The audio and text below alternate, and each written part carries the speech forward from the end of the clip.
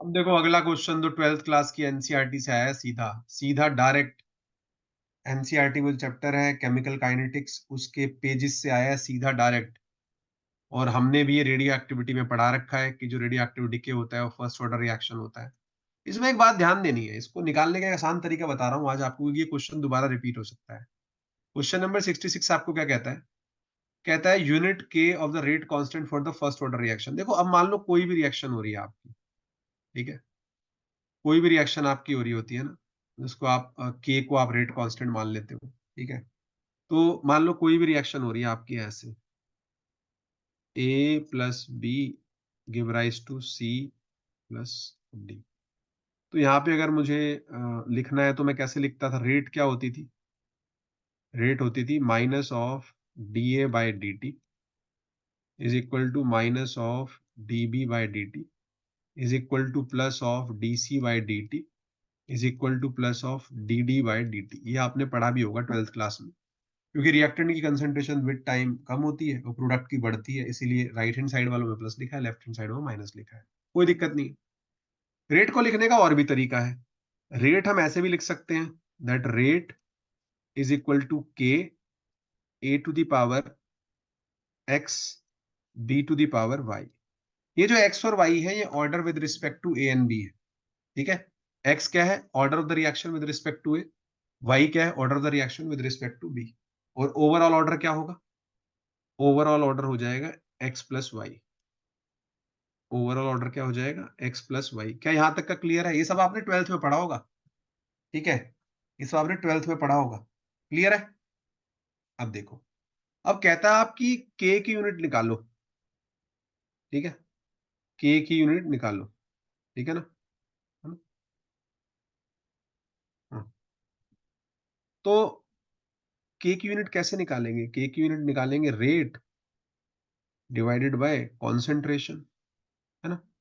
तो इसको लिखने का एक तरीका और है ना, वो मैं आपको बता दे रहा हूँ। अब ये अब देखो थ्योरी में आएगा नीचे लिखा हुआ, और मैं आपको शॉर्टकट बताऊंगा एक इसका आज।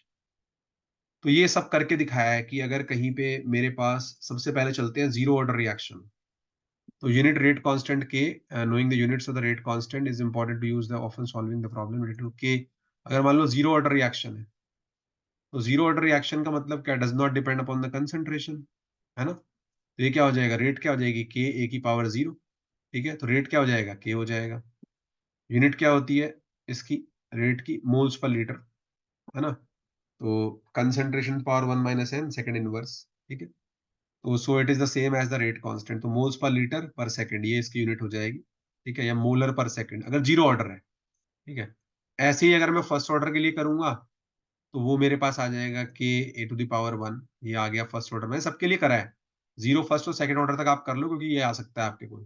फर्स्ट ऑर्डर के लिए हो जाएगा रेट इजिकल टू के ए की पावर 1, यूनिट क्या आ जाएगी? मोल्स पर लीटर, ठीक है, concentration power 1 - n second inverse. तो फाइनली मेरे पास यूनिट आने वाली है सेकंड इनवर्स इसकी। अब क्या है, जब आप ऐसे करोगे ना, तो मैं आपको एक ट्रिक बता रहा हूँ, मैं आपको एक ट्रिक बता रहा हूँ। सेकंड ऑर्डर की निकाल सकते हो, थर्ड की, किसी की भी। तो जब आप nth ऑर्डर की निकालते हो, जब आप nth ऑर्डर, कोई भी ऑर्डर होगा nth ऑर्डर, तो आपको बस एक बात याद रखनी है। व्हाइट बोर्ड पे कर देता हूं मैं कि nth ऑर्डर की निकालोगे तो के की यूनिट क्या होगी। यहां पे लिख लो ऑर्डर ऑफ द रिएक्शन, ठीक है, और यहां पे लिख लो यूनिट्स ऑफ के, ठीक है। तो इन जनरल क्या होगा, देखो मैं बता रहा हूं आपको। तो इन जनरल जो फार्मूला होता है ना के की यूनिट निकालने का, वो होता है कंसंट्रेशन की पावर 1 - n सेकेंड इनवर्स। ये ध्यान रखो। एन क्या है? Order of the reaction. N क्या है? Order of reaction. अब देखो तुम्हारे सामने करके दिखाऊंगा। कंसंट्रेशन क्या होती है? कंसंट्रेशन की यूनिट क्या होगी? Moles per litre. तो जहां कंसंट्रेशन है उसमें मोल्स पर लीटर डाल दो तो क्या आ जाएगा? मोल्स पर लीटर की पावर 1 - n सेकेंड इनवर्स। तो ये एक जुगाड़ हो गया। इस फार्मूले में आप डालो और किसी भी ऑर्डर की निकाल लो। देखो तुम्हारे सामने निकालूंगा सारी, तुम कहोगे सर ने तो बड़ा सही शॉर्टकट बताया। जेई में आता है हर बार क्वेश्चन अभी भी। Concentration to the power 1 - n second inverse. अब देखो जरा, ऑर्डर ऑफ द रिएक्शन, अगर मैं ऑर्डर ऑफ द रिएक्शन कहूं कि जीरो ऑर्डर है, बहुत आसान है इससे निकालना। जीरो ऑर्डर है, इसमें एन की वैल्यू जीरो डाल दो तो यूनिट क्या आ जाएगी? Moles per litre second inverse. आ जाएगी नहीं आ जाएगी जल्दी बताओ। अगर ऑर्डर ऑफ द रिएक्शन 0 है तो के की यूनिट, अगर 1 डाल दूं तो ये टर्म तो 0 हो जाएगी, 1 माइनस एन करेंगे तो 1 माइनस 1 0, किसी की पावर 0 होती है 1, तो 1 की यूनिट क्या आ जाएगी, सेकंड इनवर्स। अगर 2 डाल दूं ऑर्डर ऑफ द रिएक्शन तो क्या आ जाएगा, मोल की पावर -1 लीटर, ठीक है, सेकंड इनवर्स। क्या ये बात सबको समझ में आई कि कैसे निकाल सकते हैं शॉर्टकट से? हाँ वो तो मैंने बताया था, लेकिन यहां भी देख लो। क्या ये सबको समझ में आई? जल्दी बताओ। और ये 11th-12th का क्वेश्चन था, ये एक तरह का नोट घुमाओ और जेब में डालो। ये शगुन के पैसे थे जो आप बचा नहीं पाए कुछ बच्चे। देखो ध्यान से। अब क्या था इस क्वेश्चन में बताओ। आपको ही देख के हंसी आ जाएगी। ये कोई क्वेश्चन था? मोल्स पर लीटर कहो या मोल पर क्यूबिक सेंटीमीटर कहो, एक ही बात है, वॉल्यूम की यूनिट है, क्योंकि लीटर और मीटर क्यूब। ठीक है, ये मत कहना, है ना। अब देखो जरा इस क्वेश्चन में क्या था, कुछ था इस क्वेश्चन में? कुछ भी नहीं था, ये नकली क्वेश्चन था। कहता है द यूनिट ऑफ के रेट कांस्टेंट, किसके लिए, फर्स्ट ऑर्डर रिएक्शन के लिए। ल मैं तो क्या करता, आपकी जगह अगर मैं होता, मैं लिखता के की यूनिट क्या होती है nth ऑर्डर के लिए, मोल्स पर लीटर की power 1 minus N second inverse. अब फर्स्ट ऑर्डर का है तो एन की वैल्यू 1 डाल दूंगा तो ये तो 0 हो गया, ये तो हो जाएगा 1 आ जाएगा। इसकी पावर 1, इसकी पावर 0 आएगी ना, कंसंट्रेशन की पावर 0, किसी की पावर 0 होती है तो 1 हो जाता है, और क्या बचा, सेकंड इनवर्स। तो आंसर आ गया सेकंड इनवर्स, आंसर हो गया 3। बताओ कोई समस्या थी यहाँ पे? बताओ जी। कोई डाउट है किसी को क्वेश्चन नंबर 66 में? ये सब 11th-12th का है भाई। ठीक है, अगर ये कह देता 0 ऑर्डर है तो यूनिट क्या हो जाती, यूनिट हो जाती ये 0 ऑर्डर की है ना। अगर ये कह देता सेकंड सेकंड ऑर्डर है, सेकंड ऑर्डर है, तो क्या हो जाती, सेकंड वाले में क्या हो जाती, ये सेकंड ऑर्डर की है, ये फर्स्ट ऑर्डर की है, ये पागल बनाने के लिए दे रखी है। ठीक है, तो ये आपको पता होनी चाहिए चीजें, ये सब 11th-12th की चीज है। लोग कहते हैं 11th-12th से कुछ नहीं आता, ये डायरेक्ट क्वेश्चन आया हुआ है। ठीक है, इसमें क्या है, ये ऐसी चीजें हैं जो आपको पता होनी चाहिए। तो यहाँ पे आंसर आ जाएगा सेकंड इनवर्स। मैंने करके भी दिखाया है पूरा, ऐसे नहीं है, नीचे सारा मिलेगा आपको करा हुआ। ठीक है, सेकंड इनवर्स मैंने लिख भी दिया है नीचे, जनरल फार्मूला आपके सोल्यूशन में। ये देखो यहाँ पे लिखा है मैंने नीचे लास्ट में, सबसे nth ऑर्डर का जो फार्मूला होता है, ये लिखा है ना, देखो। nth ऑर्डर का कभी भी आपको निकालना हो तो इसको यूज करें। के की यूनिट m, कंसंट्रेशन होता है m, मोलर की पावर 1 माइनस एन, टाइम का क्या यूनिट होता है, सेकेंड, तो मोल्स पर लीटर की पावर 1 माइनस एन। देखो लिख भी दिया मैंने नीचे, where N is the reaction order, M is moles per litre unit. ठीक है, और टाइम की यूनिट क्या होगी, सेकेंड। तो हर चीज आपको मिलेगी ऑन प्लेस, टाइम की यूनिट क्या होगी, सेकेंड। क्लियर है? कोई डाउट किसी को क्वेश्चन नंबर 66 में? हाँ, ये सब पागल बनाने के लिए दे रखे हैं आप लोगों को, और जो पागल बन जाए सो बन जाए, उसका तो काम ही पागल बनाने का एग्जामिनर का। आ हा हा हा, आ हा हा। अगला क्वेश्चन भी नोट घुमाओ जेब में डालो।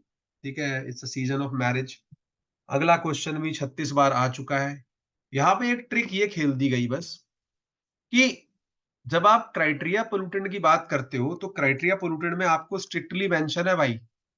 क्राइटेरिया पोल्यूटेंट में आज ही वाइवा ले रहा था अंडर ग्रेजुएट लोगों का मैं, नेशनल एम्बिएंट एयर क्वालिटी के ऊपर उनका प्रोजेक्ट एक दिया हुआ था, उसका वाइवा था, प्रोजेक्ट का वाइवा था। तो criteria pollutant under the national ambient air quality, तो क्राइटेरिया पोल्यूटेंट तो आपके 6 ही होते हैं, 6 हैं। कौन से हैं, PM10 एंड 2.5, पीओपी, ओजोन, कौन सी ओजोन, ट्रोपोस्फेरिक, ठीक है, लेड, और एनएससी। एनएससी मतलब क्या है, NO2, SO2 and carbon monoxide. तो आप ये देख लो इन 6 में से कौन से नाम आपके मैच कर रहे हैं। ठीक है, तो मेरा ओजोन मैच कर गया, ठीक है, मेरा SO2 मैच कर गया, ठीक है, ए और डी तो आ ही गए, ठीक है ना। बी भी है, नॉक्स नहीं लिखना चाहिए था, इनको NO2 लिखना चाहिए था, बट एनीवेज इट्स ओके, इनको NO2 लिखना चाहिए था। ठीक है, ना तो CO2 होगा, ना अमोनिया होगा, क्राइटेरिया पोल्यूटेंट। ठीक है। National ambient air quality index जो national sorry air quality index calculate करते समय आप ज्यादा पैरामीटर कैलकुलेट कर सकते हो, लेकिन जो क्राइटेरिया पोल्यूटेंट है उनमें तो स्ट्रिक्टली 6 ही क्राइटेरिया पोल्यूटेंट हैं जो CPCB और MOEFCC और EPA ने अप्रूव किए थे। तो A, B और D is the correct answer. बहुत से बच्चे मुझसे डिबेट कर रहे थे तो मैंने बता दिया भाई क्राइटेरिया पोल्यूटेंट तो 6 ही होते हैं, आप 7वें पे क्यों जा रहे हो अपने आप से। तो करेक्ट आंसर हो गया A, B एंड D। तो यहाँ पे करेक्ट आंसर इज 2। बताओ इसमें क्या खेल है, ये तो बिल्कुल इजी है। कोई डाउट है किसी को इसमें क्वेश्चन नंबर 67 में तो बता दो। बताओ। ऐसे नकली सवाल आ रहे हैं और फिर भी लोग हमसे पूछ रहे हैं जी क्या हो गया क्या हो गया। तो यहाँ पे करेक्ट आंसर हो गया सेकंड, A, B और D। क्योंकि जो क्राइटेरिया पोल्यूटेंट का आपका दिया हुआ है गैजेट में, जो मैं शेयर करता हूँ यूनिट्स के साथ, तो उसमें A, B और D ही दिया हुआ है। 6 ही पैरामीटर है उसके अंदर। ठीक है। उसके अंदर सिर्फ 6 पैरामीटर है ना। और यहाँ पे आप देख सकते हैं नीचे बना भी दिया सुंदर सा 6 common criteria pollutant as per EPA। आज रिजल्ट आया IIT दिल्ली का, हमारे 2 स्टूडेंट सेलेक्ट हो गए हैं सिविल इंजीनियरिंग में, ऋतु क्षत्रिय और लक्ष्मी। आज ही रिजल्ट आया है। तो सिविल के इंटरव्यू में बड़ा लड़ना पड़ता है। ठीक है। और ऋतु क्षत्रिय का इससे पहले IIT धनबाद में भी हो गया था, बट शी वांट्स कि दिल्ली में सर मिल जाए तो अच्छा है। तो ऐसे में खुशी होती है कि किसी को अपने घर के पास करने का मौका मिल जाए। और IIT दिल्ली तो IIT दिल्ली है। तो आज ही रिजल्ट आया, आप देखेंगे दोनों का। हालांकि उनका JRF है, पर इंटरव्यू थोड़ा सा मैनेज आपको करना पड़ता है। ठीक है। और ये भी बता दूं आपको, ऋतु क्षत्रिय बहुत ब्रिलियंट लड़की नहीं है। ठीक है। कुरुक्षेत्रा से पढ़ी हुई है। और जब हम लोग के पास आई थी कॉन्फिडेंस बिल्कुल एकदम जीरो था। अब सोच लो 1 साल के अंदर she trace from here till आपका IIT दिल्ली। तो आप अगर मेहनत करते हो ना, तो आपको उचित जगह पहुंचाने की जिम्मेदारी हम लोगों की है। बट बात सारी ये है कि मेहनत करें तो बात बने। ठीक है। उसके बाद इंटरव्यू में तो हमारे स्टूडेंट को गेट पे कोई रोक नहीं सकता। ये बात पक्की है। इतनी डेप्थ आपके अंदर हो जाएगी। तो ये 6 क्राइटेरिया पोल्यूटेंट हमने लिखे जो वहां पे भी और मैंने आपको बताए। इनको आप हमेशा याद रखें। क्राइटेरिया में यही काउंट होते हैं, carbon monoxide, lead, nitrogen dioxide, ozone, particulate matter and SO2। तो ये सारे क्राइटेरिया में है। And this was question number, कौन सा क्वेश्चन है भाई, ये 67। इसका भी स्वाहा हुआ। इंफॉर्मेशन हमने लिख दिया वहां पे। किसी को कोई डाउट था 67 में तो बता दो। डाउट है तो शाउट कर लो। अभी भी आपके पास 4 दिन है मुझ पे शाउट करने के लिए। ठीक है। अरे मुझ पे तुम कभी भी शाउट कर सकते हो यार, तुम जब भी पूछोगे मैं बताऊंगा। मुझसे तो फोन पे जाते जाते एग्जाम सेंटर पे एंटर होने से पहले तक पूछोगे तो भी मैं बताऊंगा, पर वो 3 घंटे में ठीक है। हम लोग तुम लोग को पहले ही, उसके बाद निकल के पूछोगे तो फिर बताएंगे। ठीक है। बट वो 3 घंटे में you have to use your conscious, your patience, your knowledge, जो आपने 6 महीने 8 महीने मेहनत करी है लग के, सब कुछ यूज करना है वहां पे। ठीक है। तभी बात बनती है। अगला क्वेश्चन देखते हैं, अगले क्वेश्चन पे चलते हैं। अगला क्वेश्चन भी मुझे तो बड़ा नकली नजर आ रहा है। 10 बार रिपीट हो चुका है। कौन कहता है कि इंसिनरेशन, किसको नहीं पता है इंसिनरेशन क्या होता है। Whenever you heat any of the waste, ठीक है, in the presence of air at a very high temperature. ये तो बात जरूरी पता होनी चाहिए कि इंसिनरेशन क्या है। ये पहले भी क्वेश्चन आ चुका है, रिपीट हो चुका है कई बार क्वेश्चन। जब सोल्यूशन पढ़ते हैं तो पता चलता है कि भाई ये तो सभी वही सेम स्टोरी है। क्वेश्चन नंबर 68 कहता है given below are the two statement. ठीक है जी, अच्छी बात है। The process of incineration that destroy highly toxic and hazardous organic waste differ from किससे? Municipal solid waste incineration. 200% सही बात है, क्योंकि दोनों का कंपोजिशन अलग अलग है। जब आप हैजार्डस वेस्ट या बायोमेडिकल वेस्ट को जलाओगे तो अलग तरह के कंपाउंड निकलेंगे इंसिनरेटर से, और नॉर्मल म्युनिसिपल सॉलिड वेस्ट को जलाओगे तो अलग तरह के निकलेंगे। अब बताओ मुझे कैसे पता? क्योंकि मेरी पूरी PhD ही है open burning of municipal solid waste में, उसके एमिशन ही मैंने कैलकुलेट करे हैं। उसी की ग्रिडेड इन्वेंटरी हिंदुस्तान में सबसे पहली बार गौरव शर्मा नाम के बालक ने बनाई है। और वो काम 50 साल से पेंडिंग पड़ा था इंडिया के लिए। ठीक है। और उसको बहुत अप्रिशिएट कर रहे हैं अभी तक भी US वाले, यूरोप वाले, जबकि मुझे करीबन 2 साल हो चुके हैं PhD करे हुए कि भाई तुम कहाँ हो। जी हम दिल्ली में हैं। ठीक है। हम अगली जनरेशन को तैयार कर रहे हैं। तो म्युनिसिपल सॉलिड वेस्ट के इंसिनरेशन से 167 टाइप के कार्सिनोजेनिक कंपाउंड निकलते हैं। और हैजार्डस ऑर्गेनिक वेस्ट अगर आप बर्न करते हो तो उसमें भी, बायोमेडिकल वेस्ट बर्न करते हो उसमें अलग अलग तरह के निकलते हैं, ठीक है। Where energy is often produce, तो वेस्ट टू एनर्जी इससे आप बना सकते हैं, ये तो बात बिल्कुल ठीक है 110%। अभी मैं इसकी थ्योरी भी आपको सपोर्ट में दूंगा सारी। ये तो हुआ सही सही तथ्य जिसको कहते हैं ना, यस राइट फैक्ट। दूसरे स्टेटमेंट में चलते हैं, ठीक है, दूसरे स्टेटमेंट में चलते हैं, क्या कथा कहानी है। दूसरा स्टेटमेंट कहता है incineration process can not be use with the waste that have high content of water. अरे गीली लकड़ी ने कब जलना सीखा है, तो गीला कूड़ा भी क्यों जलेगा। ड्राई होना चाहिए वो वेस्ट, इंसिनरेटर में डाल के इंसिनरेटर खराब करना है क्या कई लाख रुपए का। पटेल चेस्ट में लगा हुआ है मिश्रा टी स्टॉल के बगल में, ठीक है, पटेल चेस्ट में लगा हुआ है, जिसको देखना है आ जाना, दिखा दिया जाएगा, ठीक है। उसके बगल में मिश्रा टी स्टॉल है, एक बड़ा सा पेड़ है, वहां चाय पीने में बड़ा आनंद आता है।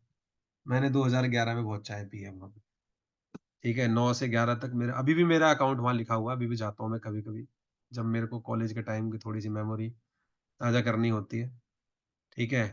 तो मिश्रा टी स्टॉल है, और वो तीनों जनरेशन से मैंने चाय पी है। दादाजी ने हमें पिलाई, बेटे ने पिलाई, आज पोता भी पिला रहा है, और तीनों एक फ्रेम में है अभी, ठीक है। हाँ, खाता चलता है वहां पे, ठीक है। और बाहर सेठी जी खड़े होते हैं आपके भेलपूरी वाले, आजकल उनकी वीडियो बहुत वायरल हो रही है। कल भी एक वीडियो देखी उनकी, जहाँ पे तरह तरह के क्वेश्चन उनसे पूछे जा रहे थे, ठीक है। तो वो भी आनंद का विषय है। Anyways, incineration process can not be use with the waste that have high concentration of water. भाई पानी मार के कौन सी लकड़ी जलेगी धुंधु करके, पानी मारोगे तो नहीं जलेगी, तो ये भी बात सही है।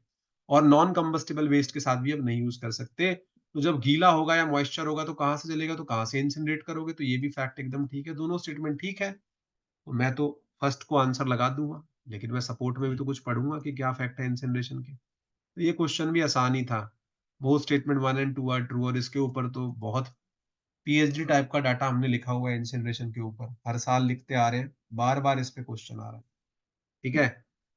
खाता चलता है, आप आ जाना किसी भी दिन, मिल जाऊंगा मैं आपको वहां पे, वहां तो मैं जाता ही रहता हूँ, ठीक है। चाय तो पिला ही देंगे आपको।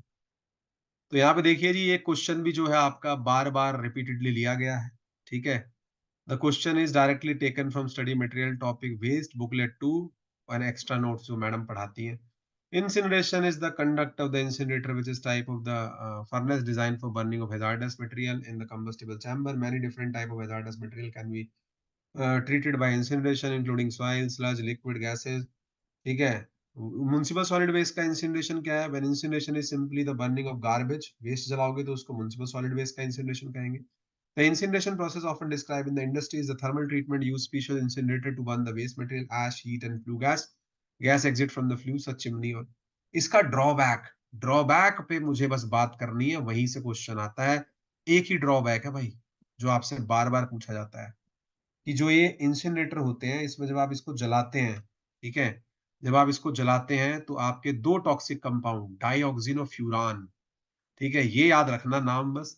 इंसिनरेटर में क्या प्रॉब्लम है, जब इंसिनरेट आप करते हैं municipal solid sorry biomedical waste को या हेजार्डस वेस्ट को, तो दो कंपाउंड, ऐसे तो बहुत सारे निकलते हैं, ठीक है, देखो मेंशन भी किए हुए हैं विच कंपाउंड्स आर रिलीज। यहाँ पे उनको जगह मिली कि नहीं मिली वो, that is a different matter. What chemicals are release during the incineration, तो द पर्टिकुलेट मैटर निकलेगा, कार्बन मोनोऑक्साइड, एसिडिक गैसेस, ये सब, HCl, acidic particle, certain metals, cadmium, lead, mercury, chromium, arsenic, beryllium. हाँ, ये दोनों खतरनाक मुजरिम है, डाइऑक्सिन एंड फ्यूरान।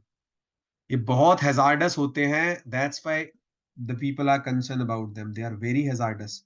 तो डाइऑक्सिन और फ्यूरान जो है, they are the by product of incineration of the biomedical waste. साथ साथ में पॉलीक्लोरिनेटेड बायोफिनाइल निकलते हैं, ये भी मुजरिम है।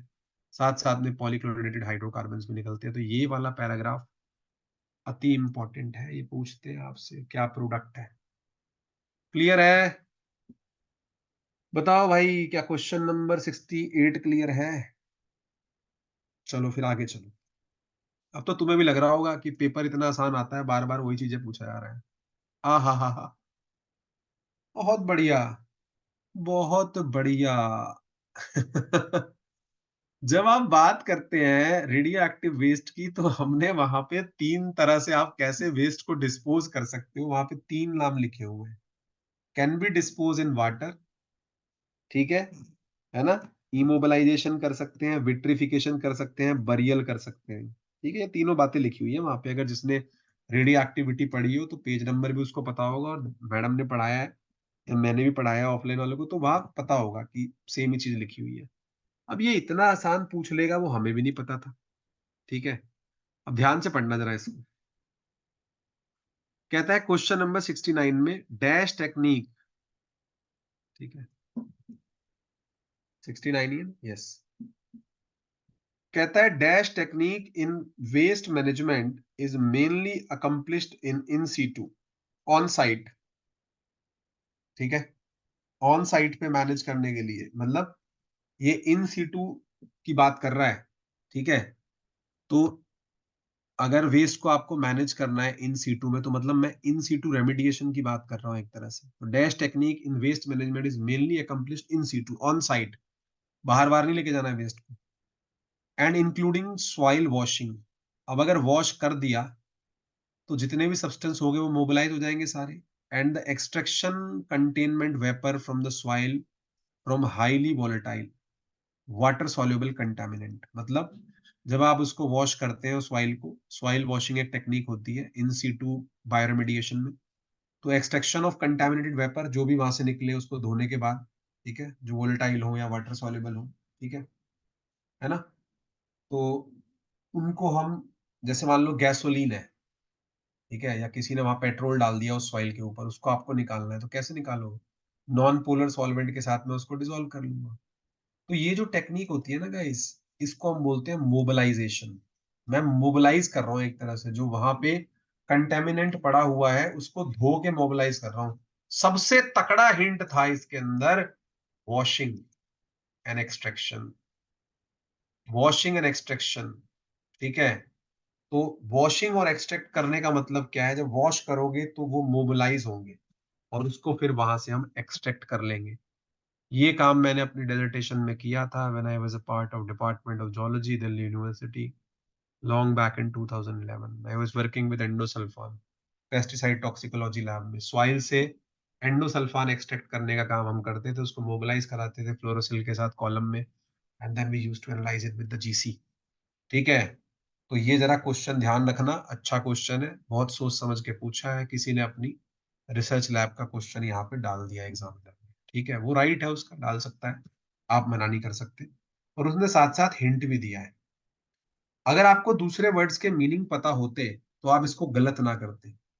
इन सीटू कंटेमिनेंट क्या होते हैं? जो ऑन साइट आप जिसको करेंगे। इन सीटू कंटेनमेंट मतलब एक जगह आपको रखना, जो नेचुरल कंडीशन में वो है। इमोबिलाइजेशन तो आपको पता ही है, न्यूट्रिएंट इमोबिलाइजेशन मैंने पढ़ाया था, ह्यूमस फॉर्मेशन, ये बैक्टीरिया की बॉडी के अंदर इमोबिलाइज हो जाते हैं न्यूट्रिएंट। विट्रिफिकेशन भी आपको पढ़ाया गया रेडियो एक्टिविटी में, जब भी किसी ग्लास मैट्रिक्स के अंदर आप वेस्ट वेस्ट को, रेडियो एक्टिव वेस्ट को कंटेन करते हो, उसको विट्रिफिकेशन कहते हैं। तो जिस बच्चे को सारे मीनिंग पता थे वो तो वैसे भी आंसर लूट ले जाता, लेकिन फिर भी देख लेते हैं, कुछ ऐड कर लेते हैं इसमें, if we can do so. तो आंसर तो हो गया मोबिलाइजेशन, ये तो सबको पता चल गया भाई, इसका आंसर जो है मोबिलाइजेशन है, क्योंकि वॉशिंग करने के बाद और कंटेमिनेंट को एक्सट्रैक्ट करने के बाद वो मोबाइल होगा, ठीक है। चलिए आगे चलते हैं, हम देखते हैं क्या है। पहला जो हेडिंग दिया हुआ है, what is the meaning of in situ containment, what is the meaning of in situ containment, ठीक है। What is the meaning of in situ containment? तो इन सीटू तो बता ही दिया, ऑन साइट रेमिडिएशन जब आप करेंगे। तो meaning, the meaning is in natural original position for case of in situ immobilization technology. This means that the process is carried out at the final disposal location and the immobilized waste become the final disposal waste form. And case of in situ contamination, waste in its, तो वही on site करेंगे। दूसरा क्या लिखा है? Immobilisation, ठीक है। दूसरा क्या लिखा है? Immobilisation. Immobilisation in soil sciences conservation of organic compound, जो मैंने बताया था, the organic compound by microorganism. ये तो हम पढ़ चुके हैं, जब ह्यूमस की हम बात कर रहे थे वहां पढ़ते थे ना प्रोसेस, इमोबिलाइजेशन, ठीक है ना, मिनरलाइजेशन, ठीक है, ह्यूमिफिकेशन, तीन प्रोसेस पढ़ते थे। आ रहा है याद किसी को? नहीं आ रहा है? किसी को याद आ रहा है? लिखा हुआ है आपकी बुकलेट्स में? तो अपोजिट ऑफ मिनरलाइजेशन, या मिनरलाइजेशन का अपोजिट है, ये भी ध्यान रखना आप, ये चीज आप पढ़ लीजिएगा, पढ़ा हुआ होता है सब, कनेक्ट करने की देर होती है बस। थर्ड जो है रूट्स और मोबिलाइजेशन, तो यहां से काम बनेगा आपका। ठीक है, मोबिलाइजेशन क्या है, जब उसको आप करके निकालते हैं। तो roots mobilize nutrient via deep soil penetration और rhizosphere process including weathering of primary mineral, the process contribute to carbon transfer, ये भी आप पढ़ सकते हैं। और चौथा जो मैंने बताया विट्रिफिकेशन, विट्रिफिकेशन जब आप वेस्ट को ग्लास मैट्रिक्स में स्टोर करते हैं, इज द फुल और partial transformation of the substance into a glass, that is to say non-crystalline amorphous solid. Glass differ from the liquid structurally and glasses possess higher degree of connectivity with the same Hausdorff dimensionality of the bond as crystals. तो पढ़ते थे ना pseudo solid and true solid, उसको यहाँ mention किया। But basically vitrification होता है जब when you trap the radioactive waste into the glass matrix, that is called vitrification. क्या किसी को कोई डाउट नजर आ रहा है इस क्वेश्चन के अंदर 69 में? जल्दी बताओ, एनीवन? चलो जी, let's move to the next question. बार बार आऊंगा नंबर दे के जाऊंगा, ये क्वेश्चन भी रिपीट हुआ है। ये जितने भी यहाँ पे लिखे हुए हैं ये 10 बार पूछे जा चुके हैं भाई। ठीक है, तो इन पे तो नोट घुमाओ और जेब में डाल लो। ठीक है, इनके लिए तो एक ही गाना है, बार बार आऊंगा नंबर दे के जाऊंगा। ठीक है, अभी तो जेआरएफ लाऊंगा। ये रिपीटेड समान है, इस पे तो आपको गर्व होना चाहिए कि भाई तो आया क्यों एग्जाम के अंदर। Paper number 2 question 70। ठीक है, पेपर नंबर 2 क्वेश्चन नंबर 70। क्या कहता है ये क्वेश्चन, देखो जरा ध्यान से। एयर पोल्यूशन कंट्रोल टेक्निक, ये भी डायरेक्टली आपकी बुकलेट से लिया गया है, बुकलेट 1 से लास्ट में, जहां पे एयर पोल्यूशन अबेटमेंट टेक्नोलॉजी है, जहां पे हमने आपको ईएसपी, बैग फिल्टर, स्क्रबर पढ़ाए थे। Air pollution control technique applied to reduce the gaseous pollutant. ध्यान दें, बात हो रही है गैसियस पोल्यूटेंट की। गैसियस पोल्यूटेंट के लिए कौन से कामयाब है? तो गैसियस पोल्यूटेंट में पहला नाम ईएसपी और बैग फिल्टर का नहीं आता, ये भी ध्यान रखना है। इन एम्बिएंट एटमॉस्फेयर, एम्बिएंट एटमॉस्फेयर में आप कैसे कंट्रोल करोगे गैसियस पोल्यूटेंट? ठीक है, क्या है इसमें, ध्यान दीजिएगा जरा। तो जब एम्बिएंट एटमॉस्फेयर में आप गैसियस पोल्यूटेंट को कंट्रोल करने की बात करते हो, तो कौन कौन से बातों को हमें ध्यान रखना है? ठीक है भाई, साइक्लोनिक कलेक्टर तो नहीं होंगे। साइक्लोनिक कलेक्टर किसके लिए होते थे? Cyclonic collector is for particulate matter, याद करो। वो 50% एफिशिएंसी वाली लाइन आपकी बुकलेट में, ये पीएम के लिए होते थे कि नहीं होते थे? जल्दी बताओ, कौन बच्चा बताएगा? ये पीएम के लिए होते थे, पर्टिकुलेट मैटर के लिए होते थे, गैशियस के लिए नहीं होते थे। Word has to be highlighted, gaseous pollutant. ठीक है, दूसरा आ जाइए, दूसरा आ जाइए। Limestone injection multi stage burner in thermal power plant. अरे भैया limestone injection multi stage burner तो क्या है? ये आपका स्क्रबर का ही तो दूसरा रूप है। It is a scrubber only. Limestone कहाँ यूज करते थे? स्क्रबर में। और स्क्रबर के अंदर तो मेन टारगेट क्या होता था? Acidic gases. ये तो रहेगा, इसको तो रहना पड़ेगा। It is equivalent to scrubber only. ये तो कैसा है? जैसा स्क्रबर है। ठीक है, जैसा है स्क्रबर, तो ये तो रहेगा, इसको तो रहना पड़ेगा। ठीक है, तो ये तो रहेगा बी। उसके बाद किसकी बात आ जाती है? नेक्स्ट, सी। सी, याद करो, कैटालाइटिक कन्वर्टर। तो selective catalytic reduction same style में होता है कहां पे? थर्मल पावर प्लांट में, जहां पे गैसेस को आप रिड्यूस करते हो और इन्वायरमेंट में रिलीज करते हो। तो सी भी रहने वाला है, सेलेक्टिव कैटालाइटिक रिडक्शन प्रोसेस। अगला आ जाओ, इलेक्ट्रोस्टैटिक प्रेसिपिटेटर इन थर्मल पावर प्लांट। ईएसपी नहीं हो सकता। ईएसपी किसके लिए होता है? ईएसपी तो पर्टिकुलेट मैटर के लिए होता है। तो ईएसपी को कहां से लाओगे भाई? मेरे को तो गैसियस पोल्यूटेंट पे एम्फेसिस करना है। ईएसपी का भी नाम काट दो, ईएसपी का भी नाम काट दो। ठीक है, ईएसपी का नाम काट दो। ठीक है, अच्छा, ईएसपी तो नहीं हो सकता। ठीक है, अब देखो, ईएसपी हो नहीं सकता। ठीक है, फैब्रिक बैग फिल्टर में क्या है? अब जो एडवांस टेक्नोलॉजी के बैग फिल्टर आ रहे हैं उसमें कुछ कुछ गैसेस को भी एड्सॉर्ब करते हैं, कहीं कहीं हमने देखा है। ठीक है, गैसेस को भी कुछ कुछ एड्सॉर्ब करने वाले फिल्टर आ गए हैं। ठीक है, तो ई को हम इंक्लूड कर सकते हैं। हालांकि ये भी मेजरली पर्टिकुलेट मैटर के लिए होता है, ये ध्यान रखना। मेजरली पर्टिकुलेट मैटर के लिए होता है 90%। लेकिन अब कुछ कुछ बैग फिल्टर ऐसे आ गए हैं, या बैग हाउसेस ऐसे आ गए हैं, जिनमें आप गैसेस को भी कर सकते हैं। ठीक है, क्योंकि फिल्टर है ना, तो फिल्टर तो गैस को कर लेगा, पार्टिकल तो होगा तो ईएसपी में जाएगा, तो फिर आपका ये भी रहने वाला है, तो आंसर हो जाएगा आपका बी, सी और ई। तो ये ध्यान रखना, correct answer is B, C and E, option number 3। Option number 3, ठीक है ना, ऑप्शन नंबर 3 क्लियर है। Yes yes, bag filter, fabric bag filter अब कुछ ऐसे आ गए हैं, ठीक है ना, ऐसे कुछ आ गए हैं, जैसे आप देखते हो ना एयर प्यूरिफायर घर में जो लगे होते हैं, तो वो गैसेस को भी एब्जॉर्ब कुछ कुछ करते हैं, इस तरह की क्वालिटी के आए हुए हैं, या कार में लगते हैं, तो कुछ कुछ ऐसे आए हुए हैं जो गैसेस के लिए भी हैं। तो बी, सी और ई करेक्ट आंसर होगा। थ्योरी हमने अप्रोप्रिएटली नीचे ऐड करी है।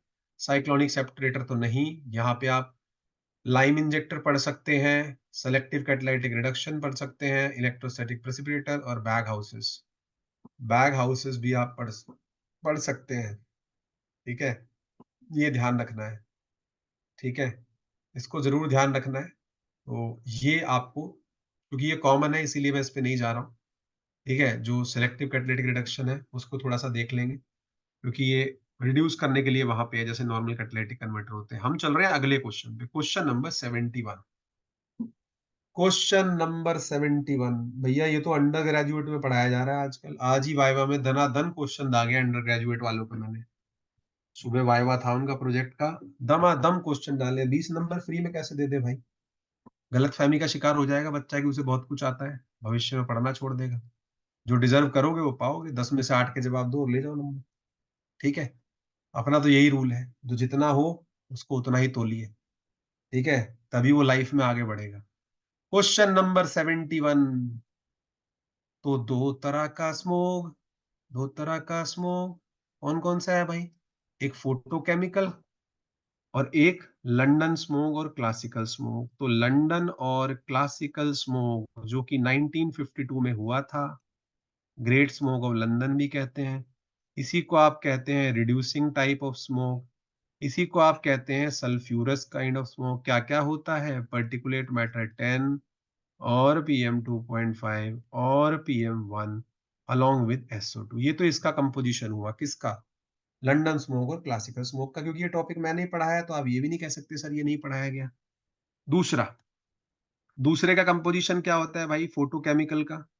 Photochemical smoke, Los Angeles smoke, कैसा स्मोक है? Oxidative type of smoke. क्या क्या होता था इसमें? PAN plus VOC plus ozone, कौन सी ओजोन? ट्रोपोस्फेरिक, प्लस एल्डिहाइड, ये सब कुछ इसमें होता था। अब अगर तुम्हें हंसी ना आए इस क्वेश्चन को देख के, तो ये डायरेक्टली बुकलेट से लिया गया है, टॉपिक का नाम है एयर।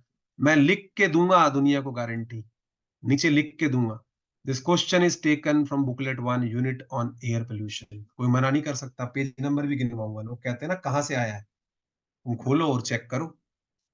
तो अब क्वेश्चन को पढ़ो, which of the following is not involve or required for photochemical smoke from formation in ambient atmosphere. कि कौन नहीं इन्वॉल्व है?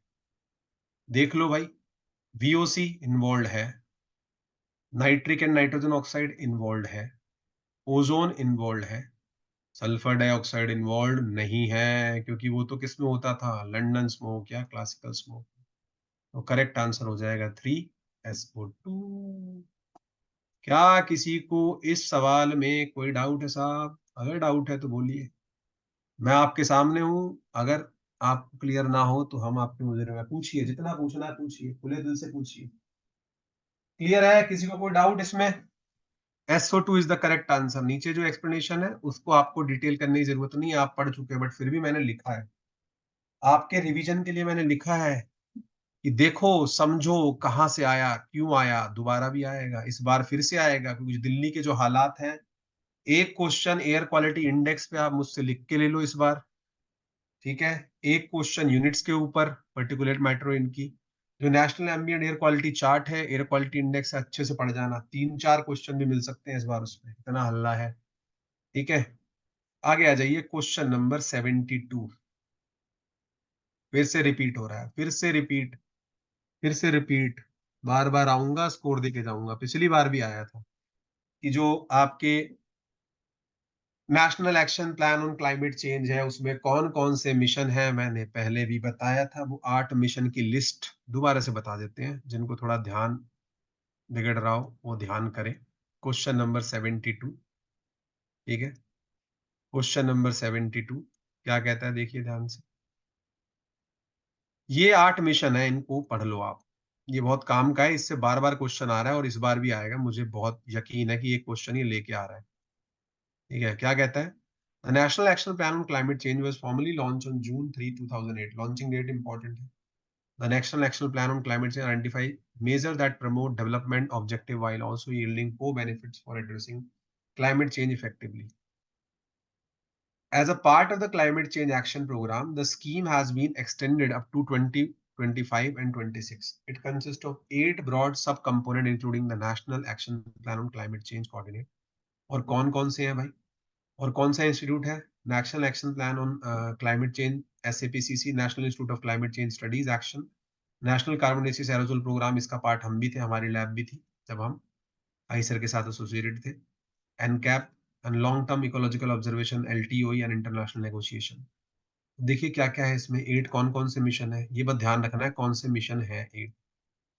पहला मिशन नेशनल सोलर मिशन, ठीक है। दूसरा mission national mission for enhance energy efficiency. तीसरा mission national mission on sustainable habitat. चौथा मिशन नेशनल वाटर मिशन। पांचवा mission national mission for sustaining the Himalayan ecosystem. छठा mission national mission for a green India. Seventh is national mission for sustainable agriculture and eighth mission is national mission on strategic knowledge for climate change. ठीक है, national mission for strategic knowledge on climate change. ये 8 mission है। अब question के ऊपर जाओ और ऊपर जाके आनंद लो क्वेश्चन का। ठीक है, क्या कहता है देखिए ध्यान से। क्वेश्चन नंबर 72, ठीक है।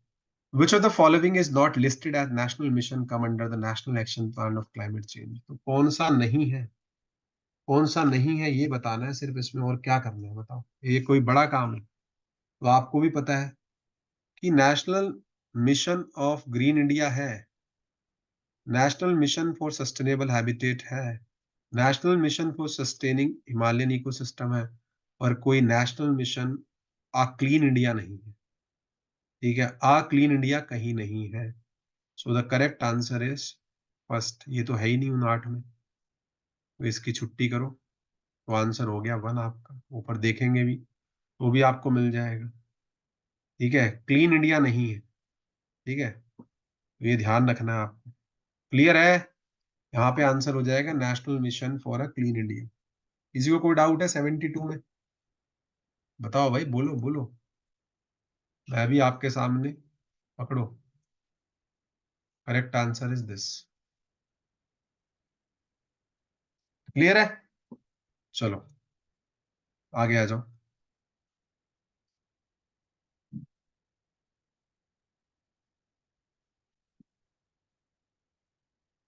एक काम करते हैं, actually I have to go somewhere, so I have to leave the class 10 minute earlier today. ठीक है, तो हम अभी यहीं रुकेंगे और कल हमारा ऑलमोस्ट ये जो मेन पार्ट है वो हो जाएगा, क्योंकि 90 के बाद तो पैसेज है, वो तो 15 मिनट में हो जाएंगे दोनों। तो कल एक सेशन हम और बिठाएंगे, शाम को ही बिठाऊंगा मैं, दिन में नहीं बिठाऊंगा, सुबह, क्योंकि वाइवा कंडक्ट करना है।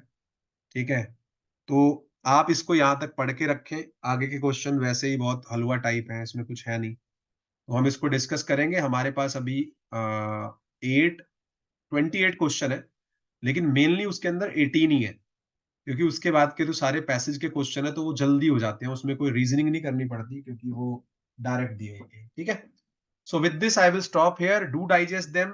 72 तक आपको पढ़ लेने हैं, मेरी बात को, रिक्वेस्ट को मान लो। जून 2023 का सटीक और अंडरस्टैंडेबल सोल्यूशन किसी के पास नहीं है इंडिया में। अगर आप समझ के जाते हो, आपको 15 क्वेश्चन की एडवांटेज या 10 क्वेश्चन की एडवांटेज वैसे ही है। और 2023 से 18 तक का सोल्यूशन बड़े अच्छे से पढ़ना, चारों बुकलेट बड़े अच्छे से पढ़ना, ये आपको डेफिनेटली एज देंगी दूसरों के ऊपर, ये मेरी अश्योरेंस है आपको। ठीक है, जो आपने 6 महीने पढ़ा पढ़ा, पर जो लास्ट स्टेप है, ये 18 to 23 का सोल्यूशन पढ़ना, 18 to 23 के सारे क्वेश्चन करना, this will turn out to be the magical note. बाकी मैं बैठा हूं, जो भी आपको डाउट हो you can send us on the group. Thank you very much for your patience, thanks for being here. We will see you guys tomorrow at the same time. आज मैं टाइम टेबल डालना भूल गया, skip out of my mind, but जब तक हमारा ये complete नहीं होता हमारी क्लास सेम टाइम पे 7 o'clock होगी। कोई वीकडे वीकेंड काउंट नहीं होगा। कल संडे है बट फिर भी क्लास होगी। ठीक है, see you guys tomorrow, take care.